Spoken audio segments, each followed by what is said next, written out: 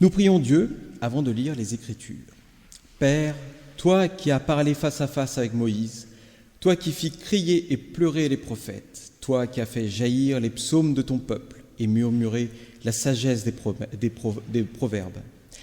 Dieu vivant, qui a mis le Magnificat dans la bouche de Marie et la confession du Christ dans celle de Pierre, toi qui as prononcé ta parole comme une parole humaine dans la vie de ton Fils.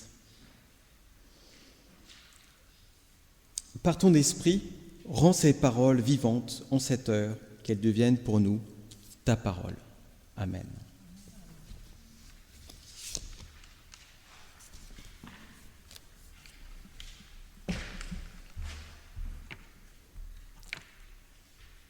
Alors la lecture de la Bible est très courte aujourd'hui, c'est pour ça que je ne te fais pas venir. C'est dans l'Apocalypse, chapitre 3, verset 20. « Voici, je me tiens à la porte et je frappe.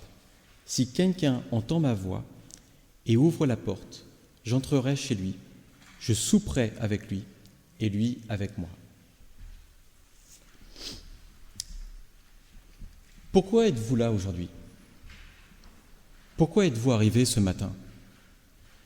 Après tout, ne seriez-vous pas mieux chez vous, au chaud, à vous reposer d'une longue semaine, peut-être fatigante, et donc profiter pour dormir un peu plus longtemps, ou d'être sur le canapé à regarder la télé, ou bien à préparer un bon repas à partager ensuite en famille, ou alors à profiter de ce temps pour visiter, une expo ou voir le dernier film, par exemple, au cinéma, avec des amis, avec les enfants.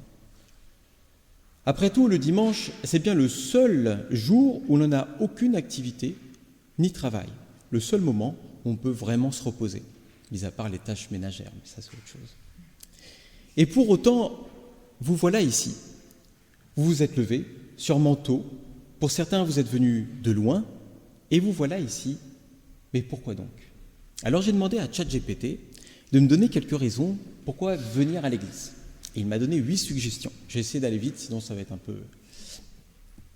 1. Ressourcement spirituel. L'église est un lieu où l'on peut se connecter à sa foi, chercher une paix intérieure et renouveler sa spiritualité. Cela peut apporter du réconfort dans un monde souvent tourmenté. C'est que le monde est tourmenté en ce moment, c'est en effet, et on a besoin plus que jamais du réconfort et une paix intérieure. Cependant, ressentez-vous vraiment la paix de Dieu vous envahir dans ce temple ? Ressentez-vous souvent des frissons quand vous venez ? Avez-vous des réponses à vos questions ? Êtes-vous toujours transporté par la prédication ? Ce message qui est censé nourrir votre vie spirituelle. Peut-être avons-nous la foi en des lieux que nous associons à Dieu. Actuellement, nous n'avons plus de pasteurs. C'est pour ça qu'on a beaucoup de prédicateurs, laïcs, etc. Et c'est pour ça que je suis là d'ailleurs. Mais pour beaucoup de personnes, les pasteurs ou tout autre homme de Dieu, toute autre personne qui est dans l'Église, sont parfois perçus comme des figures saintes, en tout cas dignes de confiance, dotés d'une certaine sagesse et souvent fiables, sur qui l'on peut compter. Malheureusement, on sait que bien beaucoup de ces personnes cachent habilement leur véritable nature, aussi charismatique soit-elle. Récemment, par exemple, l'affaire de l'abbé Pierre a suscité de nombreuses réflexions. Considéré comme un saint par beaucoup, il s'est avéré que, comme tout homme, il avait des travers. Ces travers ont blessé, ont offensé des gens, créant un bouleversement au sein de l'Église parmi bien d'autres. Aujourd'hui, il est question de renommer la fondation Abbé Pierre, comme si en changeant de nom, on pouvait effacer les traces de ces scandales. Cela montre que, bien souvent, la notion de sainteté est beaucoup plus relative qu'on ne le pense, même au sein de l'Église, qui ne devient alors plus que ce lieu de paix et de ressourcement, mais d'une amère déception. 2. Sentiment d'appartenance. Fréquenter l'Église permet de faire partie d'une communauté partageant des valeurs communes où l'on se sent écouté, accueilli et soutenu. Alors peut-être êtes-vous venu ici pour voir du monde, en effet, pour partager un moment avec la communauté. Après tout, c'est agréable. Nous sommes une petite église, on se connaît plus ou moins, ou en tout cas on apprend à se connaître. Et en plus, après le service, il y a un petit café convivial avec des petits gâteaux. Et quand on se sent seul, il est vrai que cela fait du bien de rencontrer des personnes. On peut discuter, se sentir moins isolé, demander de l'aide si on traverse une période difficile, et même se faire des amis. Cependant, au fond, vous le savez bien, on peut être gentil ici parce que nous sommes à l'église, mais tout n'est pas aussi simple, aussi beau. Bien souvent, parmi nous, il y a peut-être des loups déguisés en brebis. Cette gentillesse affichée le dimanche pourrait disparaître dès le lendemain, dès le lundi matin, remplacée par une autre attitude bien différente. Et cela soulève alors une question incontournable. Sommes-nous sincèrement une communauté unie ou sommes-nous simplement une bande d'hypocrites ? Si ça pique, c'est normal. Numéro 3. Réflexion et guidance morale. Les sermons et les lectures bibliques offrent des enseignements qui peuvent aider à réfléchir sur des aspects moraux, éthiques de la vie, ce qui peut enrichir la compréhension de soi et des autres. Alors ok, peut-être vous êtes venu en effet chercher une prédication inspirante, quelque chose qui vous nourrirait pour la semaine. Cependant, ces prédications ne sont pas toujours satisfaisantes. Et j'imagine qu'il vous arrive de repartir bredouille avec un sentiment d'insatisfaction, voire d'incompréhension. Il se peut même que dans la semaine, vous cherchiez ailleurs, écoutiez d'autres contenus, d'autres prédications, parce que vous n'êtes pas vraiment comblé. Vous êtes également venu avec des questions que vous posez depuis longtemps, des interrogations profondes. Vous espérez peut-être y trouver des réponses d'un point de vue plus spirituel, plus mystique. Quelle est notre place dans ce monde ? Pourquoi sommes-nous ici ? Où allons-nous ? Quelles seront les conséquences de toutes ces tensions géopolitiques actuelles mondiales ? Cependant, en lisant la Bible, il arrive fréquemment qu'on trouve plus de questions que de réponses. Les textes sont souvent flous, cryptiques. Lorsque l'on croit avoir compris un aspect, un autre devient flou à son tour. Et il faut reconnaître que tout cela est compliqué et peut-être devenir stressant. Prenons par exemple le concept de la Trinité, qui est Jésus par rapport à Dieu, et Dieu le Père par rapport à l'Esprit. On entend souvent des théories à ce sujet, mais au fond, on n'est jamais vraiment convaincu. 4. Célébrer des sacrements. L'Église est le lieu où l'on peut célébrer des étapes importantes de la vie, comme le baptême, le mariage et parfois même le deuil, en accordant un sens profond à ces événements. Dans l'Église catholique, il y a 7 sacrements. Donc il y a le baptême, souvent pour les bébés, marquant l'entrée comme ça dans la communauté, la confirmation, un choix public lorsqu'on devient adulte pour suivre Jésus, l'Eucharistie, la Sainte Seine pour les protestants, la réconciliation pour recevoir le pardon de Dieu, l'onction des malades, administrée généralement avant la mort, le mariage, considéré comme une union sacrée, et des ordres, où là c'est un dévouement au service des autres, comme par exemple être prêtre. Ces sacrements et les rituels que l'on peut pratiquer dans les églises peuvent rassurer. La répétition des gestes, des paroles, procure une certaine sérénité. Dans l'Église protestante, il n'y a que 2 sacrements, le baptême et la Sainte Seine, ou l'Eucharistie pour les catholiques. Car ce sont les 2 seules actions que Jésus a pratiquées dans les évangiles. Et pourtant, même s'il n'y a que 2 sacrements dans l'Église protestante, ils sont sujets à des divergences au sein de toutes les dénominations de l'Église protestante. Concernant le baptême, par exemple, certains pensent qu'il doit être réservé uniquement aux adultes. Il y a aussi des débats sur la quantité d'eau. Est-ce qu'on doit mettre quelques gouttes comme ça sur le front ou au contraire, est-ce qu'on doit immerger la personne totalement ? Enfin, certains considèrent que le baptême doit se faire dans une église devant les paroissiens comme témoins dans l'entrée dans la famille de Dieu, et d'autres préfèrent des lieux symboliques, comme le Jourdain par exemple, comme Jésus a fait à l'image de Jésus. Et il va de même pour la Sainte Seine. Il est également source de nombreuses interprétations et de divergences. Est-ce que le pain et le vin contiennent la présence du Christ, ou s'agit-il d'une commémoration symbolique de la mort du Christ ? S'agit-il d'une rémission des péchés, un moyen de sanctification, ou simplement d'un moyen de communion avec Dieu et l'Église ? Est-ce que tout le monde peut l'apprendre, ou au contraire, il faut être pur et sans péché ? Alors où est la vérité ? Depuis 2000 ans, ces questions fondamentales divisent encore les chrétiens, et nous n'avons toujours pas réussi à nous mettre d'accord sur ces bases de la foi. 5. Moment de recueillement. Il est difficile de se recueillir dans un espace il est possible de se recueillir dans un espace calme, loin des distractions quotidiennes, ce qui permet de méditer, prier ou simplement réfléchir dans un environnement apaisant.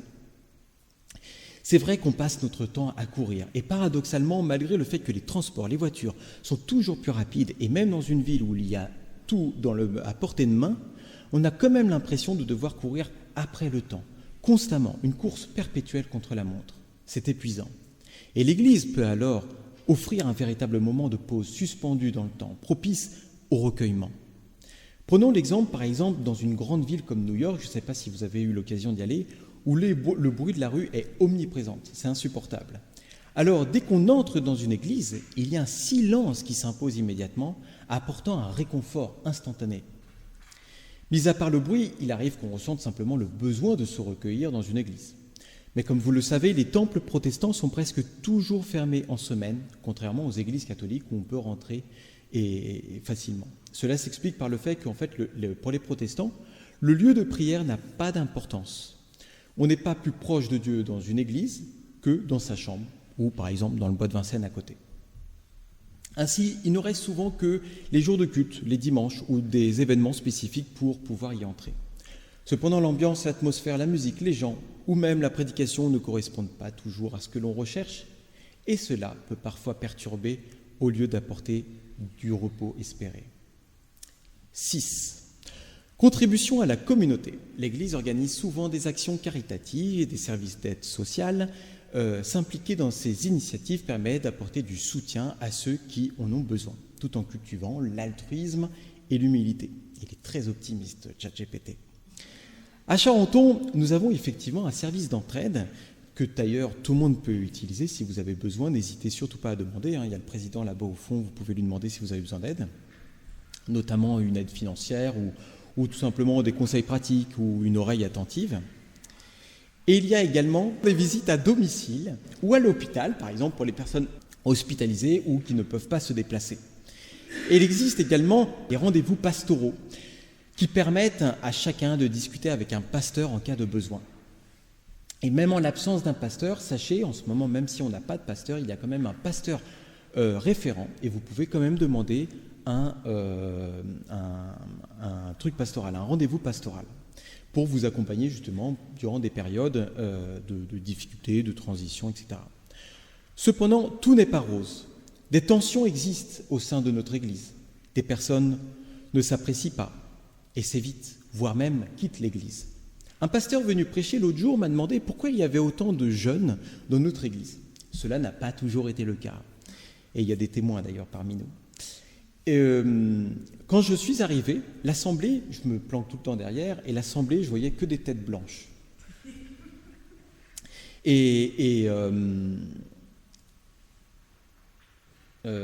il y a eu des scissions justement au sein de notre communauté à cause de désaccords dans le fonctionnement de l'Église. Même au sein du CP, où au lieu de servir notre prochain, le CP était parfois le lieu d'un débat théologique interminable et d'affrontements d'ego. On finissait les CP à minuit, parfois même jusqu'à 1h du matin, c'était n'importe quoi. On a eu aussi beaucoup de problèmes avec l'ERF 113, une sorte de succursale de Charenton, causant aussi une autre scission dans notre communauté. Bref, nous avons à plusieurs reprises échoué à incarner l'amour auquel nous sommes appelés. Trop souvent, la colère et la violence prennent le dessus sur l'altruisme et l'humilité, comme mentionne ChatGPT. 7. Tenez-vous bien, on est presque arrivé. Apprentissage et enrichissement culturel. Les églises sont aussi des lieux d'histoire et de culture. En visant régulièrement, on peut découvrir et apprendre davantage sur la tradition de l'art sacré et l'héritage spirituel.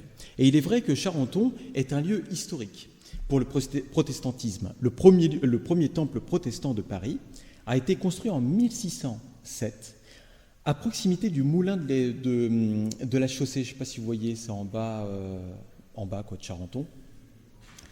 Et peu après, l'édit de Nantes, promulgué par le roi Henri IV, donc en 1598, qui autorisait la liberté des cultes pour les protestants, mais pas à moins de 5 lieux. Puis incendié en 1621 par des fanatiques catholiques, il fut reconstruit juste 2 ans après, en 1623, dans une version beaucoup plus grande, capable d'accueillir jusqu'à plus de 4000 personnes. Et il y a une photo d'ailleurs à l'entrée où vous voyez justement l'ampleur du temple. C'était vraiment énorme. Il y avait 2 étages plus le rez-de-chaussée. Contribuant ainsi à la prospérité, notamment aussi de Charenton. Mais les catholiques fanatiques forcèrent le roi Louis XIV à ce moment-là, du coup, à révoquer de nouveau l'édit de Nantes en 1685, ce qui entraîna la destruction du temple de Charenton et la ruine du village de Charenton. Et il y a une plaque commémorative justement là où étaient les 2 premiers temples, donc en bas à côté du moulin. Et il faudra attendre 1889 à l'occasion du bicentenaire de la révocation de l'édit de Nantes pour qu'un nouveau temple, le 3e, donc celui-ci où nous sommes actuellement, qui sera ensuite construit par les réformés. Et c'est ce temple que nous connaissons aujourd'hui, remarquable par son architecture, son décor intérieur, et notamment par sa structure Eiffel, de type Eiffel à l'intérieur du clocher. Vous pourrez voir après si vous voulez en montant les escaliers.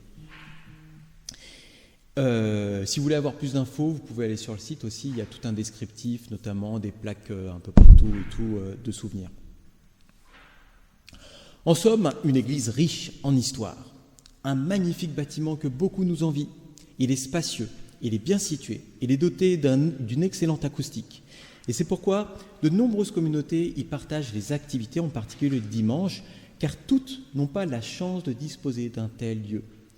Certaines communautés se retrouvent même, par exemple, dans des garages. Cependant, ce temple n'est pas exempt de défauts, comme vous pouvez bien vous en apercevoir. Le clocher nécessite une rénovation, tout comme le plancher, par exemple. Ici, vous pouvez voir, il y a certains endroits où ça s'affaisse. Il est urgent de refaire également le presbytère et le bureau du pasteur pour accueillir le nouveau pasteur qui viendra en septembre. La chaudière à fioul est un petit peu vieille et peine à chauffer des grands espaces comme ça. C'est pour ça qu'aujourd'hui, on a très froid. Moi, j'ai un peu froid, là. Les salles de convivialité sont dans un état délabré. Je ne sais pas si vous avez vu, à côté, il y a des morceaux de trucs qui tombent et tout. Les murs sont sales, et alors qu'on vient de faire des nombreux travaux récemment. Il y a des prises électriques, comme par exemple ici, qui sont en train de se détacher. Et le chevauchement des communautés, le dimanche, parfois crée des tensions et certains même génèrent des nuisances auprès de l'entourage et parfois ils se plaignent qu'on fait trop de bruit. Il y en a qui aiment chasser des démons apparemment. De plus, comme vous l'avez sans doute remarqué, il n'y a pas beaucoup d'art sacré dans un temple protestant. Il n'y a pas de statue de saint, pour la bonne et simple raison qu'en fait il n'y a pas de saint pour les protestants. Seul le Christ est l'intermédiaire entre Dieu et l'homme. Et si Jésus n'est pas représenté, en fait, il y a 2 raisons. Par exemple, ici, à la croix est vide. Déjà parce qu'on considère que Jésus n'y est plus, donc du coup, on l'a descendu de la croix, donc du coup, la croix est vide. Et deuxièmement, en fait, les protestants utilisent le 2e commandement donc, que Moïse a donné, qui dit justement qu'on ne fera pas de représentation de Dieu. Et si on considère que Christ est Dieu, du coup, on ne le représente pas. Seule la croix, après c'est assez ouvert, Par exemple, les orthodoxes, les catholiques font des représentations, c'est pas interdit. Seule la croix, donc voilà, ça je l'ai dit. Et un autre élément présent aussi dans la Bible, et dans le temple, c'est la Bible. Pourquoi ? Parce que pour les protestants, la Bible représente la prédication et la parole de Dieu, et donc du coup doivent être au cœur de la foi protestante. En gros, pour vous résumer tout ça, c'est par rapport à ce que Martin Luther, donc en 1500 et quelques, a donné pour créer la réforme. Il a dit donc seule la parole, seule la foi, seule la grâce, seul Christ, et à Dieu seule la gloire. 8. On est presque arrivé. Paix et guérison intérieure, beaucoup ressentent un apaisement en allant à l'église, surtout en période difficile. C'est un espace où l'on peut confier ses peines, ses doutes, à trouver du réconfort et de la force. Peut-être parce que nous venons de traverser une épreuve difficile, nous avons besoin de réconfort, d'un pansement qui pourrait prendre une forme d'une réponse par exemple, ou d'un soulagement, ou d'une présence mystique, ou même humaine. Peut-être cherchons-nous à retrouver un lien avec une personne perdue, ou à obtenir des réponses à des questions métaphysiques qui nous tourmentent. Quand la vie nous désoriente, quand nous sommes perdus, nous espérons trouver ici quelque chose qui nous guide. En somme, nous venons dans une attente, un besoin, une quête. Mais lorsque nous ouvrons la Bible, nous découvrons bien souvent autre chose. Ce sont des récits parfois troublants, des histoires de meurtre, de viol, d'inceste. On y voit Dieu s'emporter, punir, parfois aller jusqu'à détruire son peuple. Heureusement que parfois des gens viennent pour intercéder, pour éviter que tout le monde se fasse zigouiller. Mais il y a aussi des miracles, des événements extraordinaires, des manifestations mystiques. Et pourtant, lorsqu'on regarde notre propre vie, l'extraordinaire semble bien loin. Nos journées se résument bien souvent à la fameuse routine, métro, boulot, dodo, et ce décalage entre le merveilleux dans les textes sacrés et notre quotidien si ordinaire peut parfois nous laisser perplexes. Alors, pourquoi venons-nous ici ?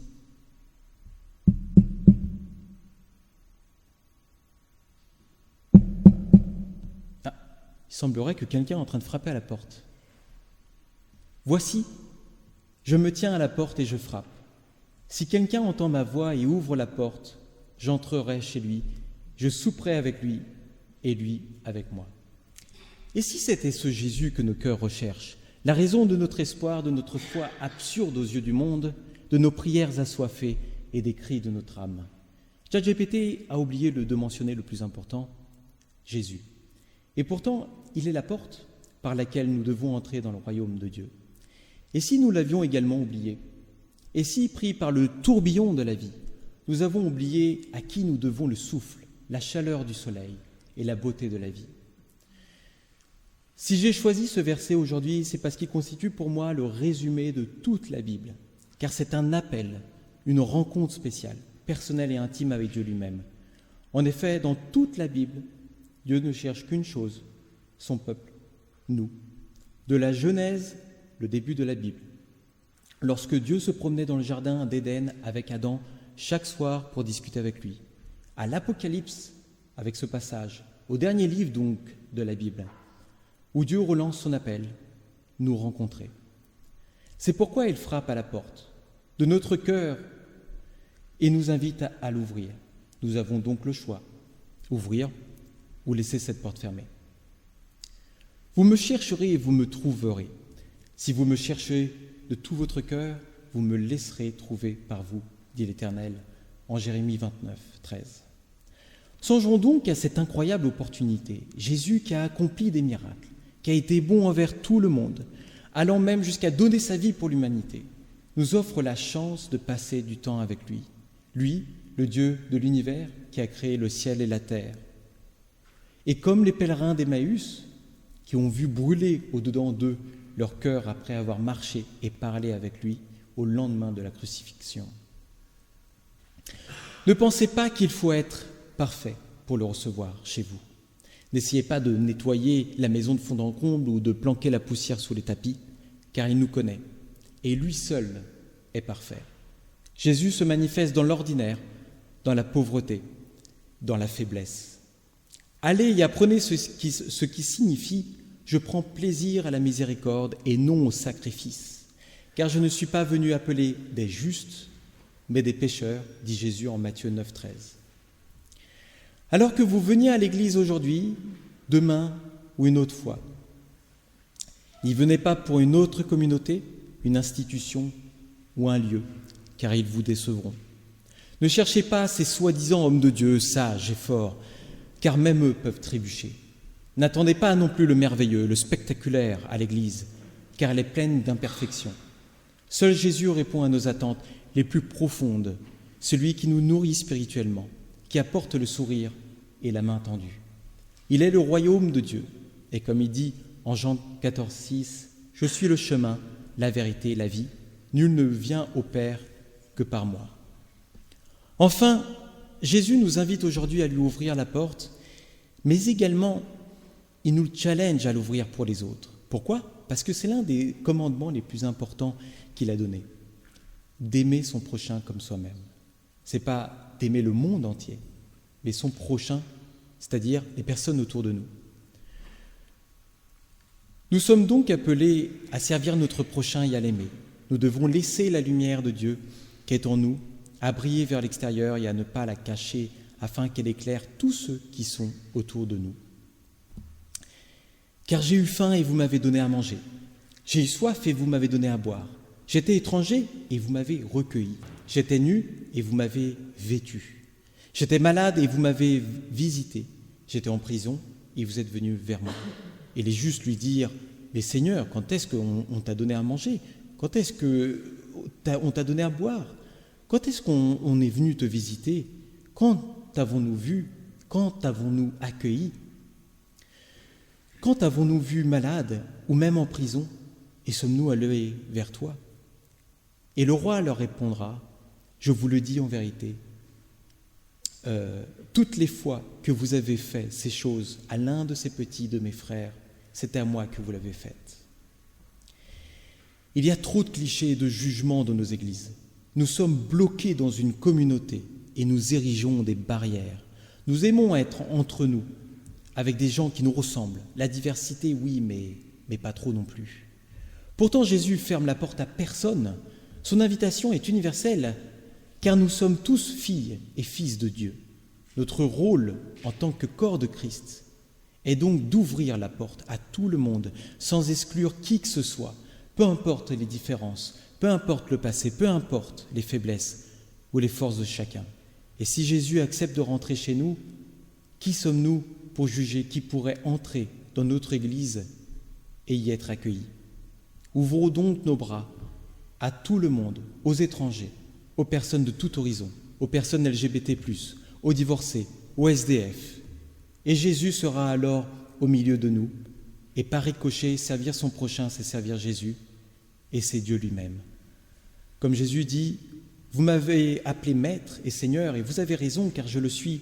Si donc moi, le Seigneur et le Maître, je vous ai lavé les pieds, vous aussi vous devez vous laver les pieds les uns aux autres. Et je vous ai donné un exemple pour que vous agissiez comme je l'ai fait pour vous. Oui, je vous le déclare, c'est la vérité. Un serviteur n'est pas plus grand que son maître, et un envoyé n'est pas plus grand que celui qui l'envoie. Maintenant, vous savez cela, et vous serez heureux si vous le mettez en pratique. Oui, je vous le déclare, c'est la vérité. Quiconque reçoit celui que j'envoie me reçoit aussi, et quiconque me reçoit aussi celui qui m'a envoyé, le Père.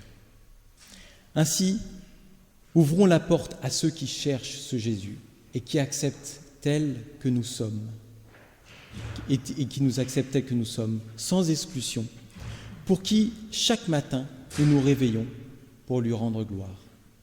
Amen.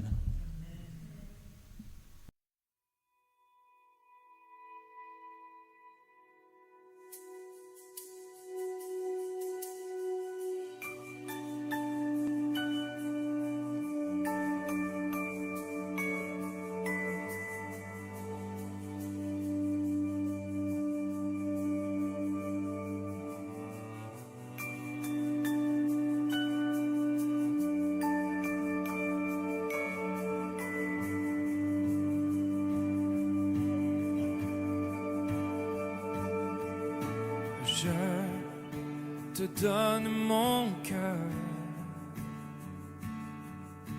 il ne m'appartient plus.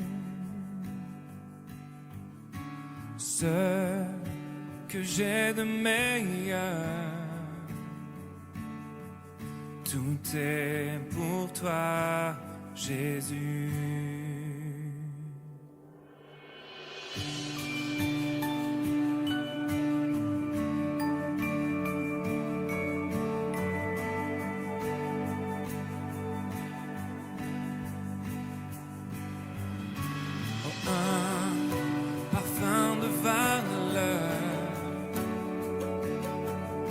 Sur toi est répandu,